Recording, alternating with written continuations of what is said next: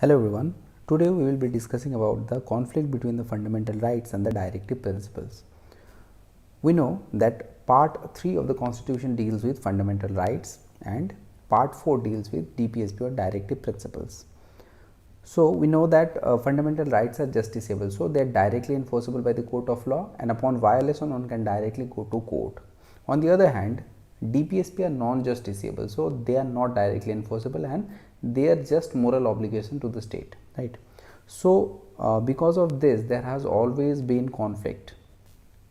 So to understand this conflict we will have to understand 4 important judgments of Supreme Court. First, Champakam Dorai case of 1951, then we will have to understand the Golaknath case of 1967, then famous Kesavananda Bharati case of 1973, and the last one of the series 1980 Minerva Mill case. So let's first try to understand the Champakam Dorai case. This was just after the enforcement of the constitution, and Supreme Court ruled that if there is any conflict between fundamental rights and DPSP, the fundamental rights will prevail. That means fundamental rights are superior to DPSP as they are justiciable in nature. But parallelly, Supreme Court also said that if government wants to implement some of the DPSPs, they can amend the fundamental rights. So accordingly, Parliament made first, 4th and 7th amendment to implement some of the DPSPs, right? Then comes the Golaknath case of 1967. In this judgment, Supreme Court ruled that fundamental rights cannot be amended, cannot be taken away to implement DPSPs. So fundamental rights cannot be amended. It was kind of one-sided judgment, right? So Parliament reacted with 2 important amendments. First, 24th Amendment Act of 1971, which says that Parliament can amend anything of the Constitution, including the fundamental rights. And if any bill seeking such amendment is tabled in front of the President is bound to give his assent. He cannot withhold or return the bill, right? And 25th Amendment Act of 1971 did 2 things. First, it taken away the right to property which was enumerated in Article 31. So it abolished Article 31 and it introduced a new article, Article 31C. So we'll have to understand this Article 31C in detail. See, Article 14 says equality before law, everybody is equal in front of law, and Article 19 says everybody is free to express through speech and assembly, association, movement, residence and profession. These things we have already discussed in fundamental rights chapters. These are enumerated in part 3 of the fundamental rights of the Constitution and fundamental rights, right? And Article 39B says that it will be the obligation of the state to promote equitable distribution of natural resources. So government will always try to distribute the natural resources equally in the society, and government should try to prevent the concentration of wealth, inequality in the society, right? So to implement these articles, Article 39B and C, if there is a violation of Article 14 and 15, so see, this 25th Amendment Act of 1971 introduces a new Article 31C, which is kind of a bridge between these 2 parts, right?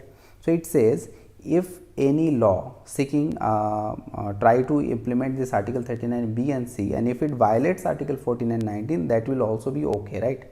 So it will be okay to compromise Article 14 and 19 for the sake of 39B and 39C. And if any such bill is passed in the Parliament, any court cannot question, right? So these 2 provisions were there in Article 31C. So in the reaction, Kesavananda Bharati case 1973, Supreme Court said that the first part of the Article 31C is valid, is constitutional, is okay, but the second part, which says that court cannot question about this kind of law, this is invalid because judicial review is a basic structure of the Constitution and it cannot be taken away. So the first part that says that Article 14 and 19 can be compromised for DPSP, 39B and C is okay, but any such law cannot be questioned on court. This part is not okay, so this part is invalid, right? Next comes, okay, one more thing you should remember that this Article 31C in the Amendment 42nd Amendment Act of 1976, Parliament wanted to increase the scope. It was first said that Article 39B and 39C, to implement these two articles, Article 14 and 19 can be compromised, but later 42nd Amendment Act 1976 tried to increase the scope. It said that any DPSP, any article to implement any DPSP, Article 14 and 19 can be compromised, right? But in the Minerva Mill case 1980, Supreme Court said that the Parliament increased the scope and it is invalid, it is not according to Constitution, so it invalidated the extension, right? And Supreme Court said a very important thing, that Indian Constitution is founded on the bedrock of balance between fundamental right and DPSP, and the harmony and balance between the two is essential feature of the basic structure. So Supreme Court said that government should try to balance these two things, fundamental rights and DPSP. So there must not be any superiority of one thing over the another, right? So it try to balance these two. But what is the present situation? Presently, fundamental right enjoys prevalence over DPSP. So whenever in general there is a conflict, fundamental right should prevail, but we should also remember that there is an exception, 31C, which says that Article 39B and 39C can take away Article 14 and 19. So to implement these two articles, Article 14 and 19 can be compromised, these two fundamental rights can be compromised. So this was the conflict, overall conflict, and this is the present scenario, Minerva Mill case judgment, right?